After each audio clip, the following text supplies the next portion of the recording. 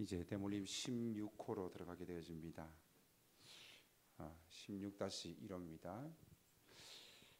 날짜가 바뀌었습니다. 2025년 6월 달이 되어집니다. 구원의 복입니다. 가족 주제는 그리스도 안에서의 신령한 복. 오늘 설교 제목은 넘치는 복, 에베소서 1장입니다. 알기, 그리스도 안에서 우리는 과거, 현재 그리고 계속되는 구속 사역을 통해서 복을 받았음을 압니다. 그리스도 안에서 나는 하나님의 구속받은 자녀이기에 확신과 믿음으로 살아갑니다. 행동하기, 그리스도 안에서 우리에게 주신 모든 복에 대해 하나님께 찬양과 감사를 표현합니다. 첫 번째는 우리는 그리스도 안에서 하나님의 가족으로 입양되었습니다. 그래서 우리는 하나님을 아버지라고 부르고 하나님은 우리를 향하여서 자녀로서 아들이라 딸이라고 말씀하시는 것입니다. 하나님의 가족입니다. 하나님의 가족. 그래서 우리는 그리스도 안에서 한 형제, 자매가 되어졌습니다. 3절 말씀 보면 그리스도 안에서 하늘에 신령한 모든 복을 받았습니다. 모든 복은 그리스도 안에서. 여기서 말하는 복은 세상의 복이 아니라 하늘의 신령한 복, 즉 영적인 복을 이야기합니다. 성경에서 말하는 모든 복은 세상의 복이 아니라 하늘의 신령한 영적인 복을 의미합니다. 그리스도를 통해서 하나님과의 관계가 회복되어지고 참된 복을 누릴 수 있습니다. 가장 큰 복은 바로 하나님과의 관계가 회복되어지는 것입니다. 죄가 들어옴으로 인하여서 하나님과의 관계가 깨어져 버렸습니다. 그러나 죄 용서 받음으로 인하여서 하나님의 관계가 회복되어졌습니다. 이것이 가장 큰 복입니다. 구원, 죄사함, 영생, 하나님의 자녀 성령의 임재, 의로움, 거룩함, 이 모든 것이 바로 하나님의 자녀가 되어진 우리에게 주어지는 은혜입니다. 이러한 복은 하나님과의 관계를 통해서 주어지는 영적인 풍요로움을 의미합니다. 자녀를 축복한다 그랬을 때에 자녀를 위해서 복을 빌어줄 때 우리는 그 자녀가 하나님과의 관계 속에서 영적인 신령한 복을 누리면서 살 것을 우리는 축복해야 합니다. 그런데 자녀를 축복한다 그럴 때 우리는 자녀의 건강을 위해서, 물론 건강이 필요합니다. 취업을 위해서, 진로를 위해서, 세상이 구하는 것과 다를 바 없는 그런 복을 구하는 경우들이 참 많이 있습니다. 그러한 것들 필요합니다. 필요 없다는 것이 아닙니다. 그러나 그럼에도 불구하고 우리는 기독교인들이 구하는 축복은 뭔가 달라야 한다는 것입니다. 복은 하나님이 주시는 은혜입니다. 이것을 우리는 분명히 하고 가야 합니다. 4절 말씀 보니까 창세전에 그리스도 안에서 우리를 택하사라는 표현이 나옵니다. 창세전에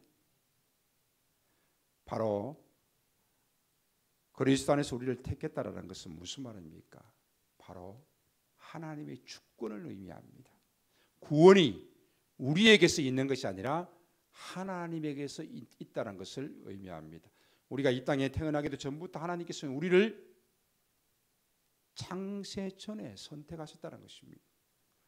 내가 하나님을 선택한 것이 아니요 하나님이 나를 선택하신 것입니다. 하나님이 우리를 선택하신 것입니다. 믿습니까?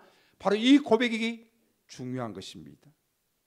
그러므로 또한 하나님의 구원 계획은 임시방편적으로 변하는 것이 아니라 영원전부터 세워진 확고한 계획이라는 것입니다. 택하셨다? 바로 우리의 자격이나 행위가 아니라 전적인 하나님의 주권과 은혜에 의해서 선택되어진 것임을 강조해주고 있습니다. 구원이 하나님 편에 있기 때문에 그 구원은 더욱더 확실합니다. 하나님의 선택에는 변함이 없다라는 것입니다. 왜 선택하셨습니까? 하나님과의 관계 속에서 살아갈 수 있도록 우리를 선택해 주셨습니다. 4절에서는 이렇게 말합니다. 사랑 안에서 그 앞에 거룩하고 흠이 없게 하시려고. 거룩하고 흠이 없게 하시려고.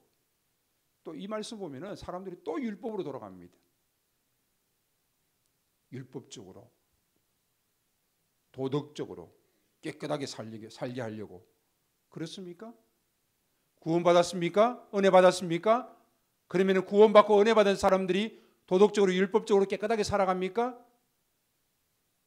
아닙니다. 그렇게 살 수가 없습니다. 물론 세상 사람들보다 좀 더 나은 도덕과 율법을 가질 수는 있습니다. 그러나 그렇지 못한 사람들도 있을 수 있습니다. 그렇다고 해서 그것을 우리는 비난하거나 잘못된 것으로 말해서는 안 됩니다. 세상의 기준은 왜 너 예수 믿는데 왜 그렇게 했어라고 말할 수 있습니다. 그러나 우리까지 그 세상의 논리와 세상의 가치관을 따라갈 필요가 없다라는 것입니다. 아니, 따라가서는 안 된다라는 것입니다.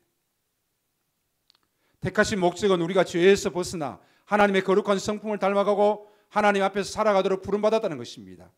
죄에서 벗어난다는 것은 도덕과 율법에서 벗어난다는 말이 아닙니다. 죄에서 벗어난다는 것은 하나님과의 관계에서 깨어진 것을 회복한다는 의미입니다.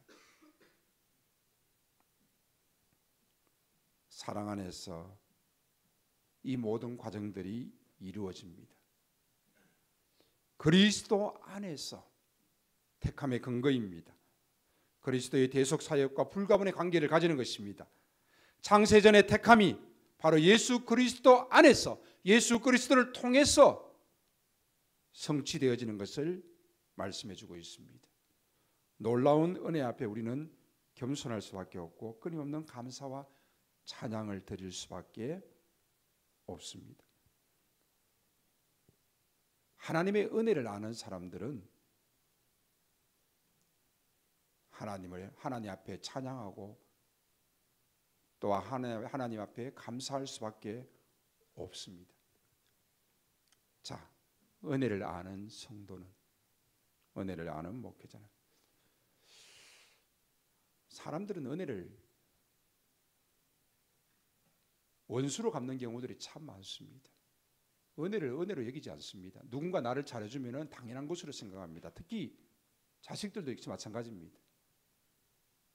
부모의 은혜를 은혜로 진정으로 가슴 깊이 알고 부모님을 대하는 자식들이 과연 얼마나 되겠습니까? 그래서 말합니다. 너도 자식 낳아봐라. 너하고 똑같은 자식 낳아봐라. 뭐 이런 이야기도 합니다. 그런데 자식을 낳았는데도, 자식을 키우면서도, 그것이 귀한 줄 알면서도 그 사랑을, 부모를 향하여서 그 은혜를 감사하는 것이 아니라 또한 자식을 향해서 또 그것을 요구하고 은혜를 은혜로 아는 그런 모습들이 많지 않다라는 것입니다. 은혜를 아는 성도, 첫 번째, 은혜를 아는 성도는 겸손할 수밖에 없습니다. 두 번째, 은혜를 아는 성도는 감사하는 삶을 살아갈 수밖에 없습니다. 나 같은 죄인이. 겸손과 감사입니다. 시기하고 교만하고 남의 허물을 드러내고 정죄하고 비판하고 그렇게 할 수 없습니다. 내 입술에서는 감사가 나오고 찬양이 나오는 것이지, 누군가의 허물과 죄로 인하여서 그를 비판하고 정죄하는 입술, 그렇게 하라고 하나님께서 우리에게 주신 거 아닌 줄 압니다. 은혜를 은혜로 고백하면서 겸손과 감사와 찬양의 삶을 살아갈 수 있다라면 좋겠습니다.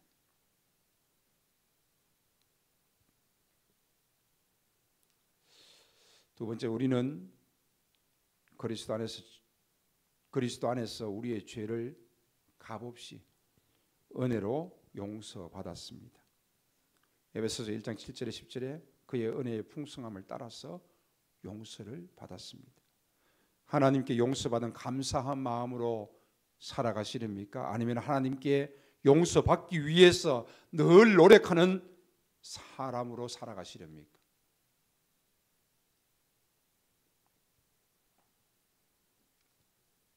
늘 감사함으로 살아갈 수 있다면 좋겠습니다. 은혜를 아는 자는, 은혜를 받은 자는 하나님께 늘 감사하는 삶을 살아갑니다. 아무리 힘들고 어려워도 은혜와 감사가 크기 때문에 버틸 수 있는 힘이 우리에게 주어지는 것입니다.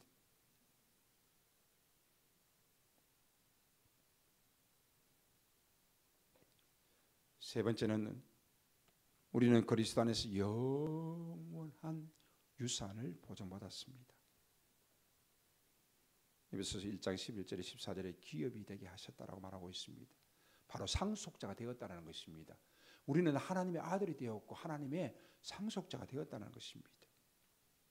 그럼 우리는 영원한 하나님의 나라에 대한 소망을 가지고 살아가는 것입니다.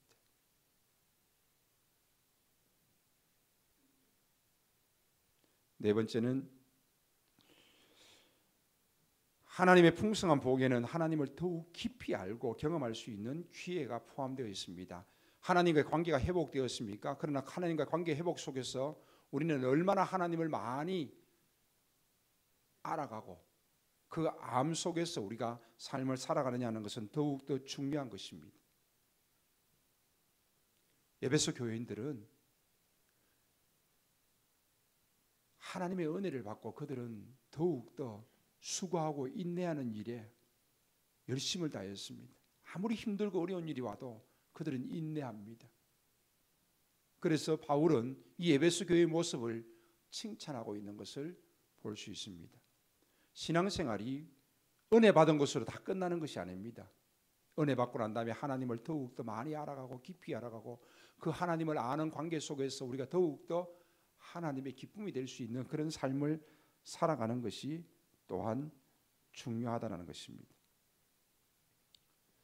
에베소서 1장은 우리의 구원이 어떻게 하나님의 주권 아래에 있는지 이것을 설명해 주고 있습니다. 저는 오늘 이 부분에 대해서 좀 더 깊이 있게 설명해 드리려고 합니다. 하나님께 창세전에 우리를 예정하시고 또 우리를 기뻐하사 예수 그리스도 안에서 그분의 아들로 정하시고 구원하시고 결국 하나님의 영광스러운 은혜를 찬미하는 결과까지 갈 것이라고 구원을 설명하고 있습니다. 이런 설명들은 하나님의 주권에 대한 인정입니다. 하나님의 무한하신 은혜를 강조하는 내용들이 바로 에베소서 1장 가운데 요약 정리되어져 있습니다. 그렇다고 해서 우리의 책임을 외면하거나 책임을 경시하는 것은 아닙니다. 이 내용에서 오늘 우리가 다루고 싶은 것은 그리스도인이 구원을 얻었고 그리스도인이 믿음의 헌신을 가지고 있지만은 현실적으로 우리는 뭐한다? 실패하는 문제를 다루고 싶습니다. 즉 무슨 말입니까? 우리가 구원을 얻었고 믿음을 가지고 헌신하는 삶을 살아감에도 불구하고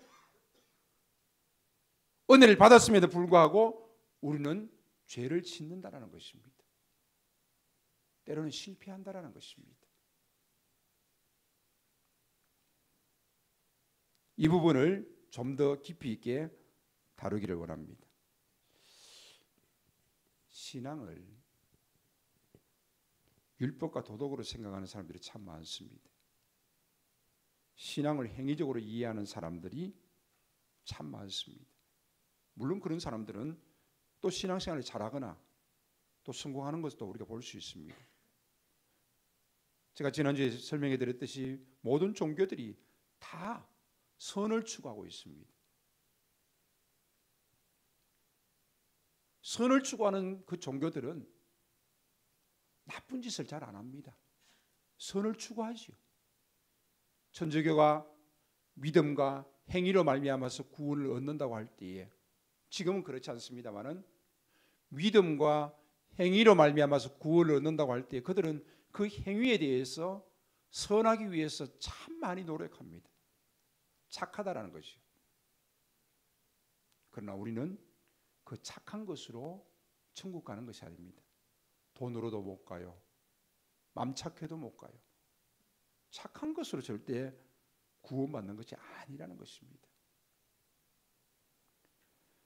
신앙을 행위적으로 이해하는 사람들은 신앙생활 잘하고 또 신앙생활 성공하는 것처럼 보일 수 있습니다. 그래서 이런 것들은 하면 된다 라는 증명을 하기 위해서 하나님께 헌신하고 또 진심을 바치는 것을 하나님께서 기뻐하신다는 확인을 하는 것 같습니다. 하지만 신앙 전체의 내용은 그렇지 않습니다. 자기 의를 꺾고 하나님만 의존하는 자리에 돌아가는 것이 가장 중요한 신앙의 내용입니다. 좌절과 실패, 죄로 인해서 넘어지는 우리의 모습, 이것은 현실입니다. 그러나 그렇다고 해서 그 사람이 신앙생활을 잘 못하는 것은 아니라는 것입니다. 우리는 신앙의 실패가 또 삶의 실패가 의지의 문제라고 생각해서는 안 된다는 것입니다. 누구나 결심하고 약속한 것을 이루어내었고 누구는 소원이 있지만 이루어내지 못했고, 이것은 세상의 평가입니다. 세상에서 한 개인의 의지의 차이를 비교하면서 의지의 승리와 의지의 연약함으로 인한 실패를 비난하고, 그러나 신앙은 이렇게 판단하고 비난해서는 안 된다는 것입니다. 왜냐하면 성경 전체에서는 의지의 승리를 위하여 서 있는 믿음의 영웅들이 단 한 사람도 없습니다. 성경은 그렇게 말하고 있지 않습니다.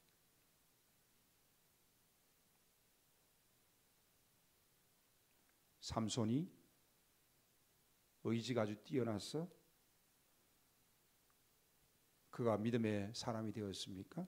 그렇지 않습니다. 자, 그동안 우리가 여러 성경에 등장하는 인물들을 영무시했는데, 사실 성경에 의도하는 것과 달리 우리는 세상 속에서 세상의 가치관으로 인하여서 인과율, 즉 원인과 결과의 법칙에 근거해서 우리가 그들을 판단했기 때문에 그들을 영무시했습니다. 한 사람의 위대함은, 한 사람의 믿음의 위대함은 분명히 그 사람에게 어떤 이유가 있을 것이라는 세상적인 사고요, 세상적인 방식을 가지고 우리는 억지로 갖다 붙인 것입니다.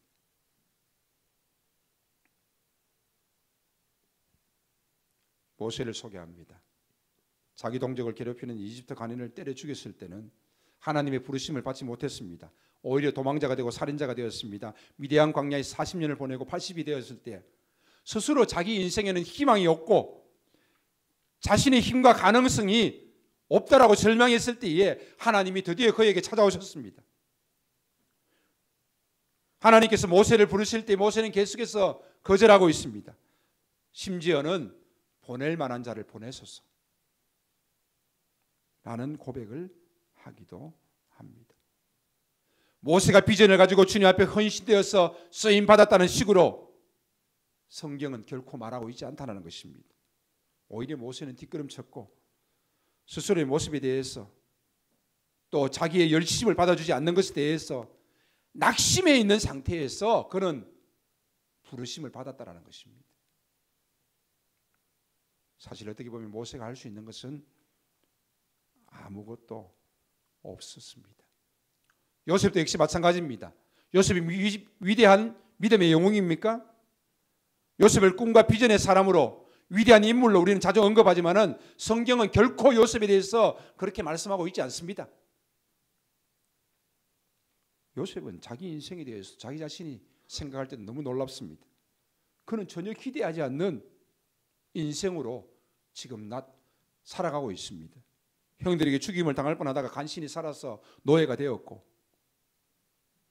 또 억울한 누명을 쓰고 감옥에 갔고, 감옥에서 인정받는 것 같다, 또 감옥에서 술 맡은 관원장과 떡 굽는 관원장의 꿈을 해몽해주고 술 맡은 관원장에게 반드시 나를 기억해달라, 내가 억울하게 이겨서 이 싸우니 반드시 당신이 살아서 나가면 나를 기억하고 나를 풀어달라고 부탁을 했습니다.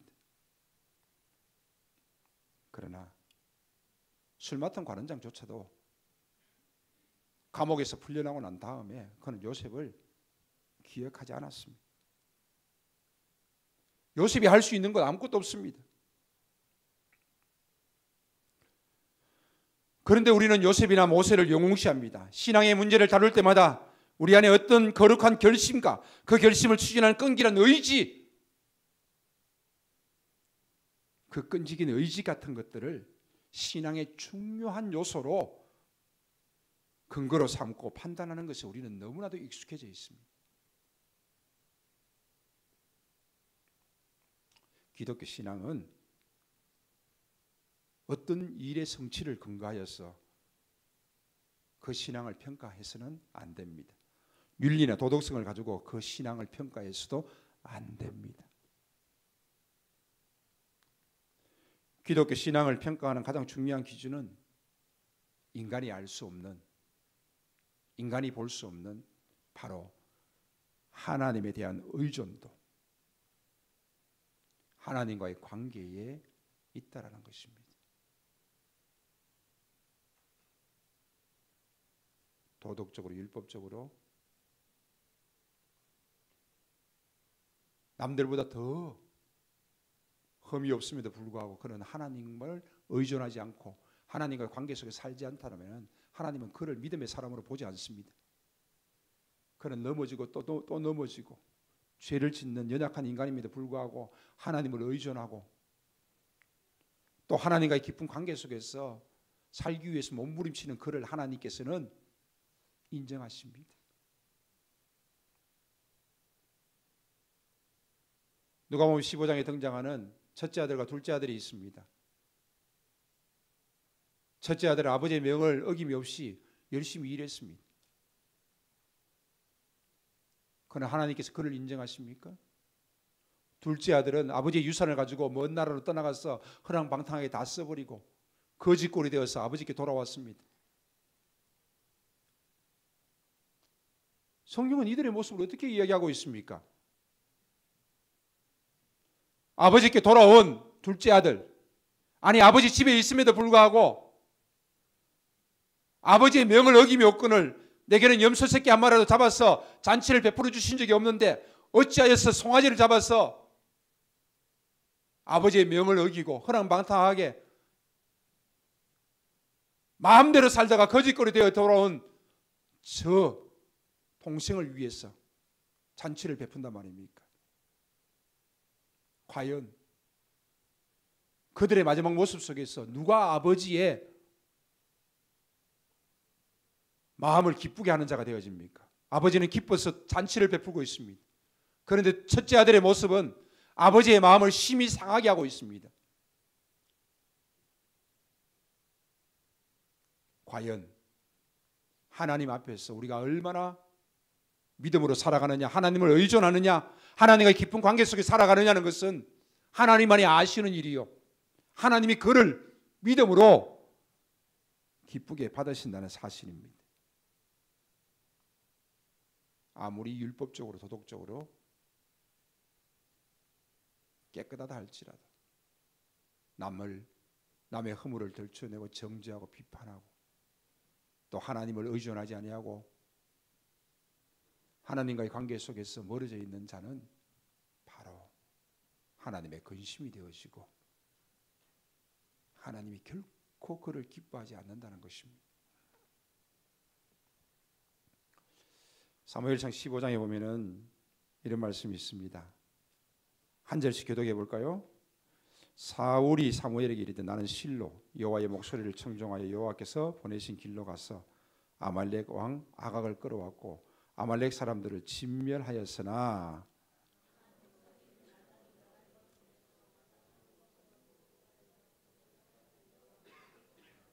같이 봅니다.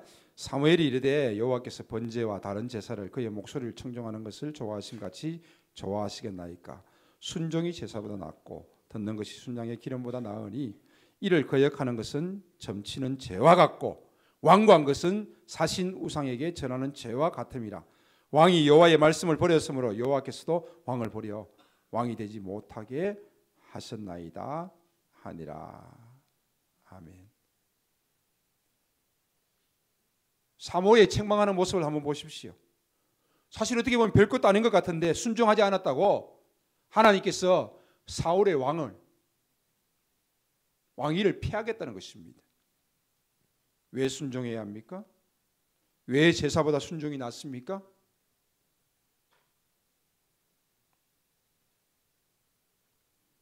우리가 아무리 하나님께 좋은 것으로 드린다 할지라도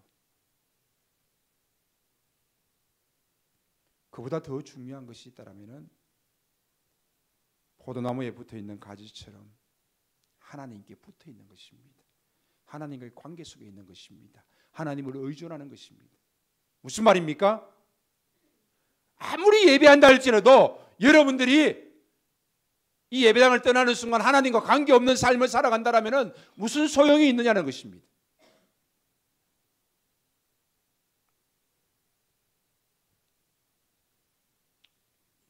우리는 하나님께 받을 것만 있지 드릴 것은 무엇이 있겠습니까? 우리가 드러낸 하나님의 영광은 내 헌신과 열심, 능력이 빚어낸 어떤 곡물이 아닙니다. 하나님께 붙어 있음으로 인하여서 하나님의 영광이 드러나는 것입니다. 하나님께로부터 흘러나오는 하늘에 속한 신령한 복으로 충만해짐으로 말미암아서 우리는 하나님께 영광을 돌릴 수 있는 것입니다. 하나님의 어떠하심이 우리에게 드러나는 것으로 하나님께 영광을 돌릴 수 있는 것은 바로 우리가 하나님을 의존하고 우리가 하나님과의 관계 속에 있을 때에 하나님이 어떠한 분인지 나를 통하여서 나타나게 되어진다는 것입니다. 순종은 우리가 드리는 어떤 열심이 조건이 되는 것이 아닙니다. 그 열심과 순종이 하나님께 나를 붙들어 메어서 하나님으로부터 허락되는 하늘에 속한 모든 신령한 것으로 채워져야 되는, 그래서 그 열심과 순종 자체가 내용으로 이해되어야 하는 것이 바로 기독교 믿음의 본질입니다. 말이 좀 어렵지요? 다시 한번 볼까요? 순종은 우리가 드리는 어떤 열심이 조건이 되는 것이 아니라 그 열심과 순종이 하나님께 나를 붙들어 메어서 하나님으로부터 허락되는 하늘에 속한 모든 신령한 복으로 채워져야 되는 그 열심과 순종 자체가 내용으로 이해되어져야 될 때에 그것이 바로 믿음의 본질이라고 할 수 있습니다. 믿음은 하나님과의 관계 속에 있는 것입니다. 하나님을 의지하는 것입니다. 하나님께서 우리에게 베풀으신 그 은혜, 그 영적인 신령한 복이 우리 가운데 채워짐을 통하여서 하나님과의 관계 속에서 감사하고 찬양하면서 살아갈 수 있는 것이 바로 우리 기독교 믿음의 본질이라는 것입니다. 자, 다윗이 바세바 사건을 치르고 난 바세바 사건 이후에 시편 51편에 그는 이렇게 회개합니다. 하나님께서 원하시는 제물은 찢겨진 심령입니다.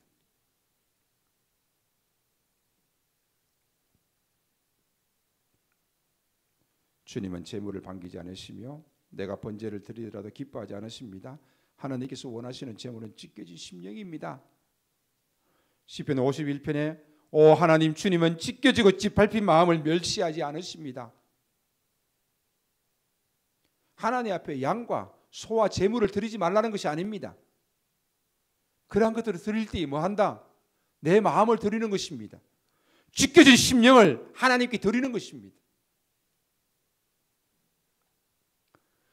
하나님께서는 제사를 원치 아니하시고 하나님께서 구하시는 제사는 찢겨진 심령이라는 것은 우리가 바칠 것이 있는 것과 우리가 만들어 드려야 하는 것이 기독교 신앙이 아니라 하나님의 것으로 채워지는 것이 바로 기독교 신앙이라고 이야기하는 것입니다. 영적인 신령한 복이 채워지고 또 그것들로 인하여서 하나님과의 관계가 멀어질 때에 하나님의 것으로 더 채워지기를 원하며 하나님의 관계가 더욱더 회복되어지기를 원하는 것이 바로 기독교 신앙인 것입니다. 그래야 해서 자기 의란 하나님의 영광을 드러내는 것이 아니라 내 것으로 남다른 종교적 열심과 종교적 우월감을 증명하고 싶은 것이 됩니다.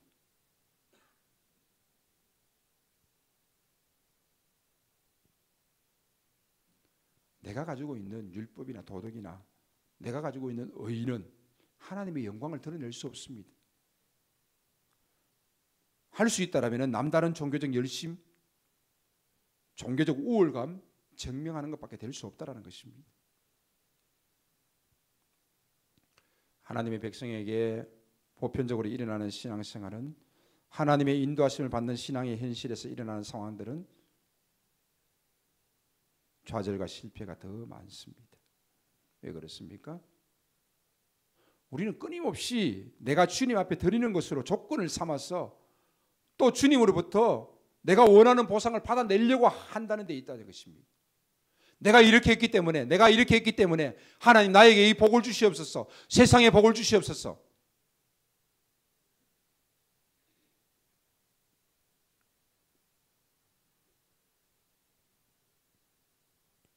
우리는 하나님께 순종하여 하나님께 묶여있는 자가 되어야 한다는 생각이 본성적으로 우리는 낳습니다.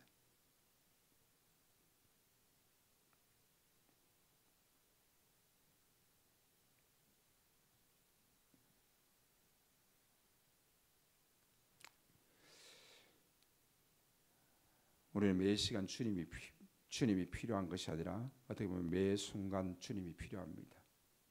우리는 우리 자신을 그냥 두면은 죄의 본성이 드러나서 우리 각자 근거한 자랑과 또 비교와 시샘 또 그런 결심들을 그런 행동들을 하는 것을 볼 수 있습니다.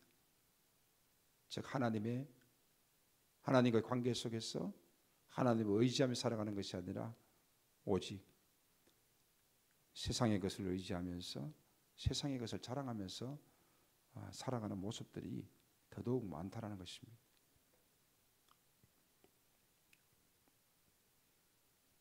우리는 열심을 내고 의지를 발동해서 하나님의 일을 합니다.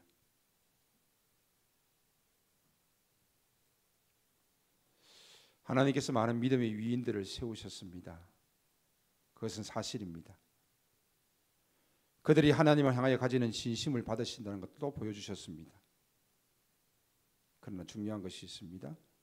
그것이 공로가 되고 그것이 방법이 되는 것은 결코 하나님께서 허락하지 않으십니다. 무슨 말입니까? 내 열심, 내 의지, 내가 하나님의 일을 했다, 하나님의 일을 이루었다, 그로 인해서 하나님께 영광을 돌리기를 원합니까? 하나님은 내가 한 것, 내가 이루어낸 것들, 그러한 것들을 받으시는 분이 아니십니다. 우리는 혼동해서는 안 됩니다. 바울이 수많은 일들을 했습니다.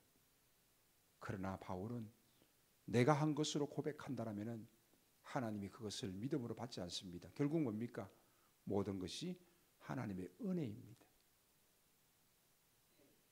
이것이 바로 우리의 고백이 되어지는 것입니다. 우리는 우리의 신앙생활에서 기복신앙, 또 신비적 체험, 혹은 어떤 신앙적인 행동들의 전체를 끌어모으는 일들 같은 그런 것들을 신앙훈련에 어떤 약간의 유익이 있고 방법으로 쓸만합니다. 기복신앙 조금 필요합니다. 신비적인 체험 조금 필요합니다. 그러나 그것이 신앙훈련의 중심이 되어서는 안 됩니다. 신앙의 내용에 그것이 중심이 되어서는 안 됩니다. 그것이 전부인 것으로 우리는 생각하는 일에 경계를 해야 합니다. 제가 왜 자꾸 이런 이야기 하겠습니까? 오늘 에베소서 1장을 통해서 하나님의 주권, 구속의 모든 것들도 하나님의 주권이심을 말씀해 주고 있는데 그 하나님의 주권을 우리가 인정하고 하나님과의 관계 속에서 하나님을 의지하면서 나아갈 수 있는 우리의 모습이 필요합니다. 자, 앞을 봅니다. 은혜를 논하면서 방임을 걱정하는 이유, 혹시나 율법적 사고인 것을 확인합니다. 율법적 사고는 내가 원인이 되어서 내가 결과를 만드는 것입니다. 그러나 은혜를 말할 때는 내가 원인이 되지 않습니다. 내가 한 것이 아닙니다. 내가 이루어낸 것도 아닙니다. 오직 하나님의 은혜입니다. 요셉에 관한 설교 대부분이 이것입니다. 요셉은 믿음으로 꿈을 꾸었고 종으로 팔려갔지만 정직히 살았고 감옥에 갇혔지만 말씀을 의지해서 믿음으로 승리한 사람입니다. 그러나 성경에서 요셉은 자기의 인생에서 자기의 현실에서 주어진 모든 일들이 도무지 이해할 수 없는 것이었습니다. 자기가 알고 있는, 자기가 기대하고 있는 하나님의 자녀로서의 현실은 하나도 없을 수 있습니다. 갈수록 더 험난한 길, 더 끝없는 나락으로 떨어질 수도 있습니다. 도대체 어떻게 될지 모릅니다. 우리의 인생도 역시 마찬가지입니다.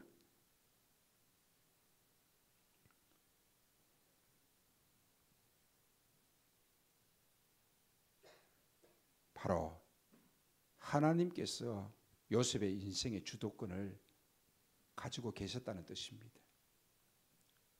우리는 요셉의 믿음에 대해서 이야기하는 것이 아니라 그 요셉을 붙들고 계신 하나님에 대해서 이야기할 수밖에 없습니다. 바로 이것은 우리의 이야기입니다.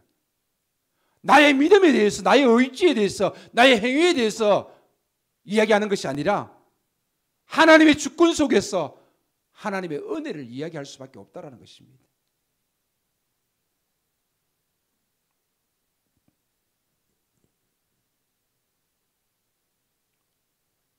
지금까지 우리에게 이루어진 일들 하나님의 은혜입니다. 하나님의 주권입니다. 요셉의 비전이니 요셉의 믿음이니 아니, 그것보다 하나님의 주권이요 하나님의 은혜입니다. 시편 90편으로 가면은 모세의 기도가 있습니다. 주님께서 우리 죄를 주님 앞에 들추어 내놓으시니 우리의 숨은 죄가 주님 앞에 환히 드러납니다. 주님께서 노하시면 우리의 일생은 사그라지고 우리의 한평생은 한숨처럼 쓰러지고 맙니다. 우리의 연수가 70이여 강건하면 80이라도 그 연수의 자랑은 수고와 슬픔뿐입니다. 빠르게 지나가니 마치 날아가는 것 같습니다. 주님께서 우리 죄를 주님 앞에 들추어 내놓으시니 무슨 말입니까? 우리가 만든 것은 죄밖에 없다는 것입니다. 옷을 입고 거룩한 것처럼 보이지만은 우리의 인생은 하나님 앞에 죄밖에 없습니다. 모세가 의기양양했을 때가 언제입니까? 바로의 아들로서 이집트의 왕자로서 살 때입니다. 자기 민족이 당하는 고난을 보면서 그는 혈기왕성하게 그를 돕다가 이집트 병사를 쳐 죽였습니다. 그러나 그는 도망쳐야 했고 하나님을 기다리다 지쳤어. 꿈을 접은 지 40년이 지난 80이 되었어야 그는 하나님의 부름을 받을 수 있었던 것입니다. 출애굽의 기적을 이룰 때도 모세가 과연 내게 능력 주신 자 안에서 내가 모든 것을 할 수 있느니라 그렇게 말할 수 있겠습니까? 말하면 안 되는 것입니다. 온전히 하나님이 하신 것입니다.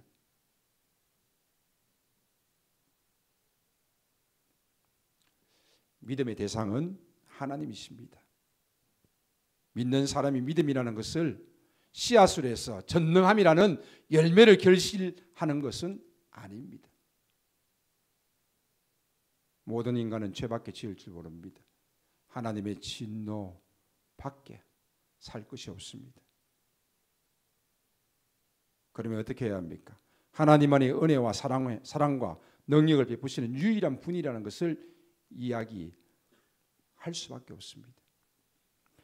하나님께서 우리를 간섭하지 않으신다면 우리는 무엇 하나 제대로 할 수 있겠습니까? 할 수 있는 것이 없습니다. 그것이 바로 성경이 말하는 인간의 본체요 실제입니다. 예수님께서 잡혀서 고난당하실 것과 십자가 못 박혀 죽으실 것을 이야기하십니다. 그때 베드로는 주님께서 죽음에 미치지 않겠다고 했습니다. 그리하지 마옵소서. 그러나 그는 결국 예수님께 야단맞았습니다. 사탄아 물러가라. 내가 하나님의 일을 생각하지 않고 사람의 일을 생각하는구나. 나를 따르려거든 자기를 부인하고 자기 십자가를 지고 나를 따르라고 주님께서 말씀하십니다. 그렇으면 우리는 자기를 부인하고 나의 존재는 없는 것입니다.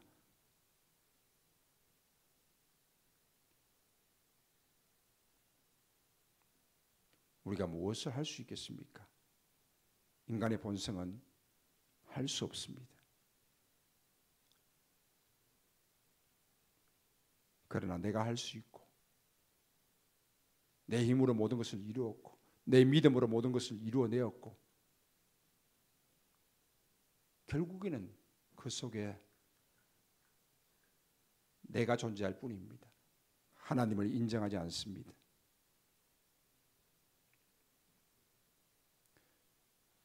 인류는 끊임없이 하나님을 인정하기를 거부하고 인간의 위대함만을 드러내고 있습니다. 옛날에는 무식해서 못했지만 이제는 유식해서 할 수 있다는 것입니까? 옛날엔 배고파서 도적질했지만 요즘은 배불러서 할 수 있습니까? 또 배불러서 못한다고 합니다. 배부르면 배불러서 못하고 배고프면 배고파서 못하고 할 수 없는 것 투성입니다. 오직 핑계밖에 없습니다. 우리가 현실에서 고민하고 실패해서 쩔쩔매는 것이 정상적인 하나님의 인도입니다. 그것이 정상적인 우리의 모습입니다. 우리 안에서 불순물을 제거하시는 하나님의 은혜와 사랑의 개입을 우리는 확인해야 합니다. 우리가 하나님 앞에서 헌신하고 전심을 바쳤더니 하나님께서 우리를 받아주신 정도가 아니라 이미 받았어 수술하고 계시지 않습니까? 우리는 이 사실들을 잘 몰라서 늘 고민하고 좌절하고 체념해 버립니다. 마태복음 5장에 보면 마음이 가난한 사람은 복이 있다라고 말하고 있습니다. 가난한 것은 이미 복받은 증거입니다. 내가 할 수 없다고 고백하고 있습니까? 이미 하나님의 은혜 받은 증거입니다.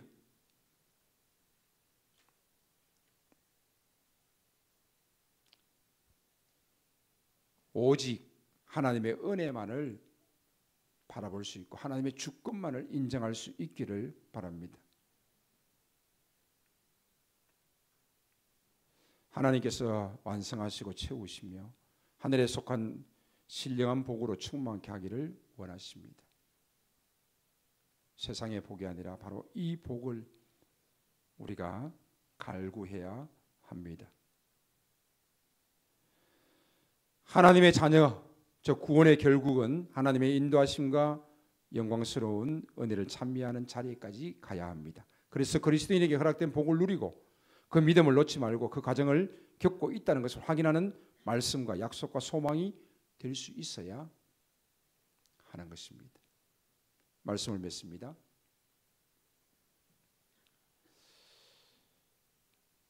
한 아이를 소개합니다.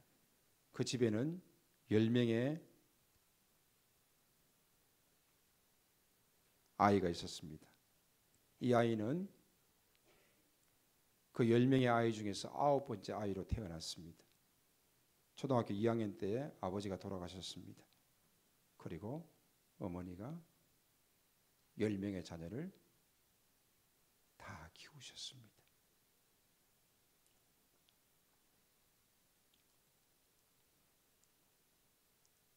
엄마가 바깥에서 열심히 일하고 돌아오면 이 9번째 아이는 엄마가 드실 밥을 이불 아래속에 넣고 따뜻하게 식지 않게 하기 위해서 준비해 두었습니다. 그리고 이 9번째 아들은 공부도 잘했습니다. 그래서 학교에서 늘 공부를 잘하고 마침내 1981년도에 대학을 들어가는데 의대에 들어가게 되어집니다. 엄마는 너무 기뻤습니다. 다른 10명의 자녀들을 9명의 자녀들도 열심히 살아가지만 특별히 9번째 이 아들이 엄마에게 잘하고 또 공부도 열심히 해서 의대에 가는 그날은 그 어머니 생에 참 기쁜 날이었습니다. 의대 공부를 6년을 마치고 인턴 과정도 마치고 군의관이 되었습니다. 그리고 전문의 시험을 치는데 참석하지 않았습니다. 군대에서 무슨 일이 비상이 걸렸나? 그런데 군의관으로 있던 그 아들은 전문의 시험을 치러 온 것이 아니라 성당에서 기도하고 있었습니다.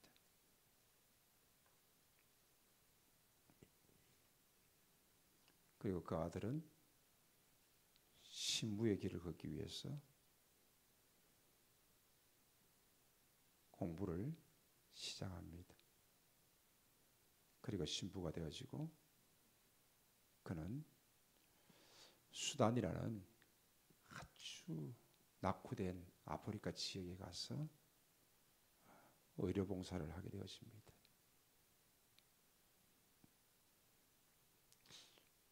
그를 파더라고 부릅니다. 저는 파더가 아버지라는 뜻이 있지만은 신부라는 뜻이 있다는 것을 저는 오늘 처음 알았습니다. 파더.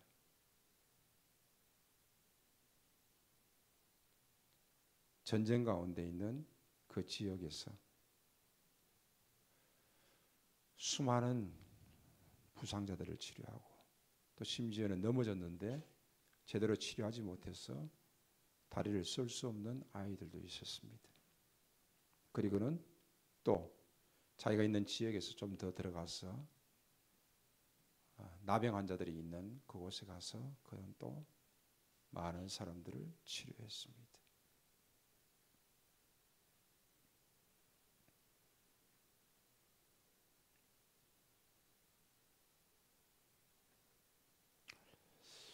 그렇게 그는 자신의 주어진 삶을 의료로 봉사하면서 많은 이들을 섬겼습니다. 그리고 어릴 적부터 좋아하던 음악에 따라서 그는 많은 아이들에게 또 피리도 가르치고 또 악단도 만들어서 음악도 가르치고 수없이 많은 일들을 했습니다. 그러한 가운데 어느 날인가 그에게 큰 병이 찾아왔습니다. 그래서 그는 허리도 아프고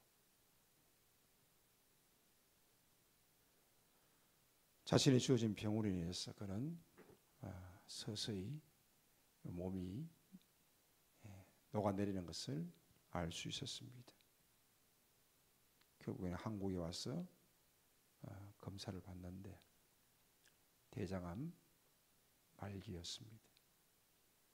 그는 이 사실을 단 한 사람에게는 알리고 싶지 않았습니다. 바로 어머니였습니다. 그러나 어머니도 그 사실을 알게 되어졌고 어머니가 병원에 왔을 때는 그는 결코 누워있지 않았습니다. 힘들고 어려운 상황 속에서도 앉아서 어머니를 맞이했고 결국 그는 대장암으로 고생하다가 2010년도에 생애를 마감했는데 그 나이가 바로 48살입니다. 바로 그 사람의 이름은 이태석 신부입니다.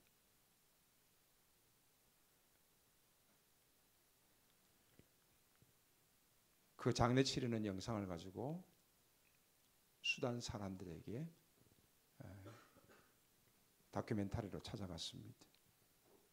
수단 사람들에게 생애 이태석 신부의 모습을 보여주었습니다.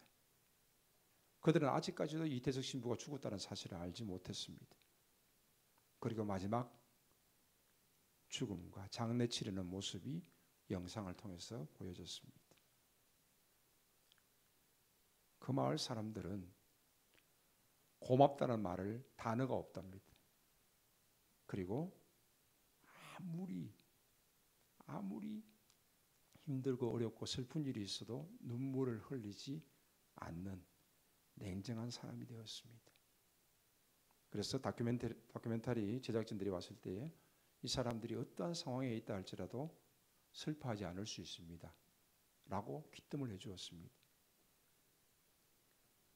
9살이 되어지면은 총을 들고 전쟁터에 나갑니다.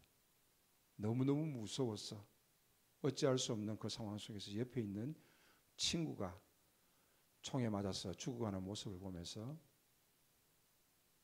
한 아이는 이렇게 결심했다고 합니다.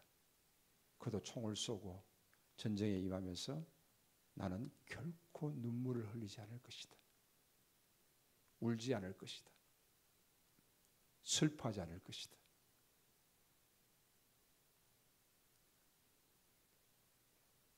그것이 그 마을 사람들의 공통된 모습이었습니다. 그런데 마지막 그 영상이 비춰지는 장례식이 비춰지는 그 모습을 보면서 그들은 비로소 자기들의 파더가 죽었다는 사실을 알게 되어집니다. 그러면서 그들은 하염없이 많은 눈물들을 쏟아냅니다.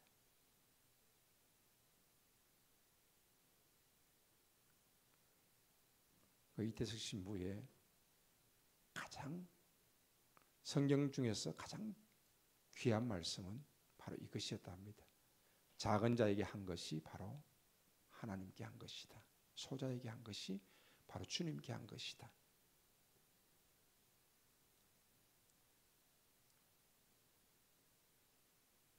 짧은 생애를 살아갔지만은 그 마을 사람들의 지금 현재 한국에서도 의사가 2명 공부를 했고 또 세계 각지에 흩어져서 그 마을에서 의사가 50명이 나왔다고 합니다.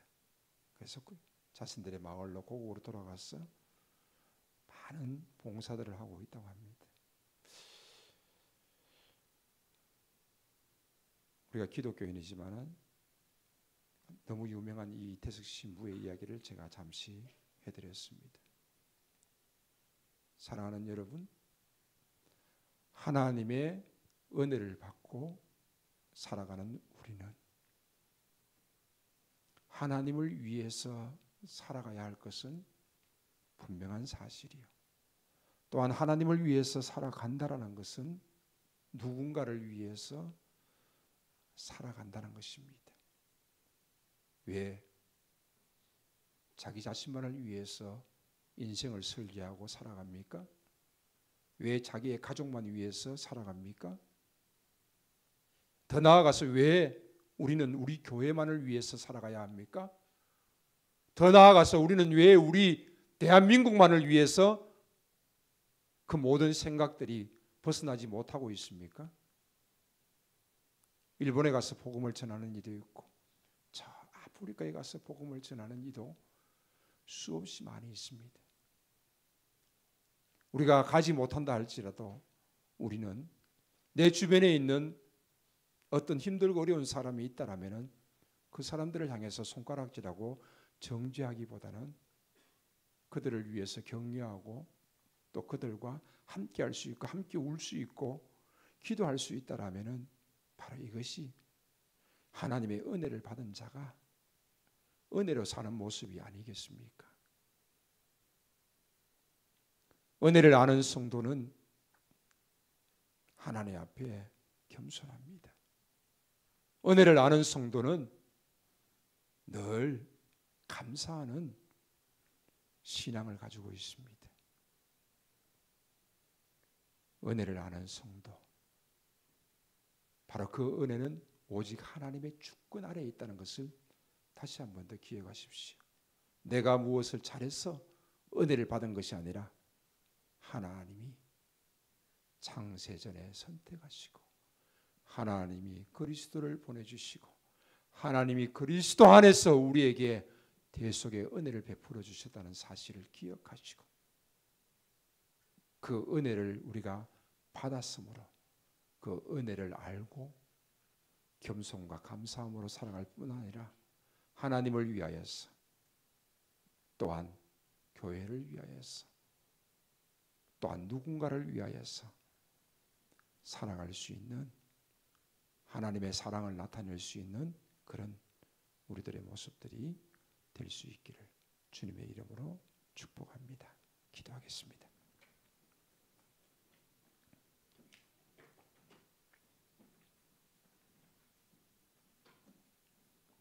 벌레만도 못하고 아무것도 아닌 우리를 사랑하시되 창세전에 택하시고 그리스도 안에서 크신 은혜를 베풀어 주심을 다시 한 번 더 기억하고 그 은혜를 아는 성도들이 되게 하여 주시옵소서. 하나님의 은혜를 고백하면서 하나님의 주권을 인정하면서 나의 힘과 나의 의지와 나의 믿음을 말하는 것이 아니라 오직 하나님의 은혜를 말하면서 하나님 앞에 겸손히 설 수 있는 믿음의 사람 되게 하여 주시옵소서. 그리고 늘 우리의 삶 속에서 감사함으로 살아갈 수 있게 하여 주시옵소서. 대한민국 이 땅에서 마음껏 찬양하며 마음껏 예배하며 믿음으로 살아갈 수 있는 우리의 모습에 하나님 앞에 감사하게 하시고 때로는 힘들고 어려운 일들을 만난다 할지라도 감사하는 신앙이 더 크기에 이 모든 것 또한 이기면서 나아갈 수 있도록 은혜를 더하여 주시옵소서. 이 시간도 찬양하면서 믿음으로 고백하기를 원합니다. 찬양하면서 기도하기를 원합니다. 주의 성령께서 각 사람 가운데 임재하시어 찬양하게 하시고 감사하게 하시고 겸손하게 하시고 역사하여 주시옵소서. 예수님의 이름으로 기도하옵나이다. 아멘.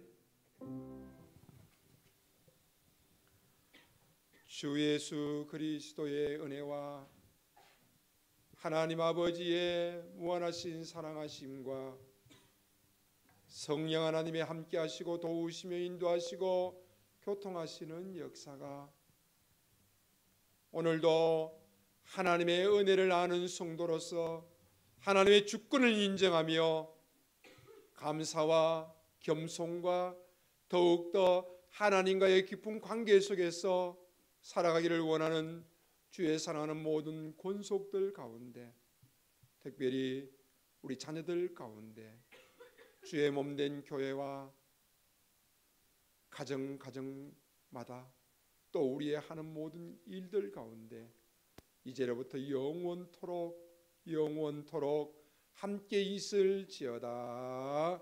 아멘.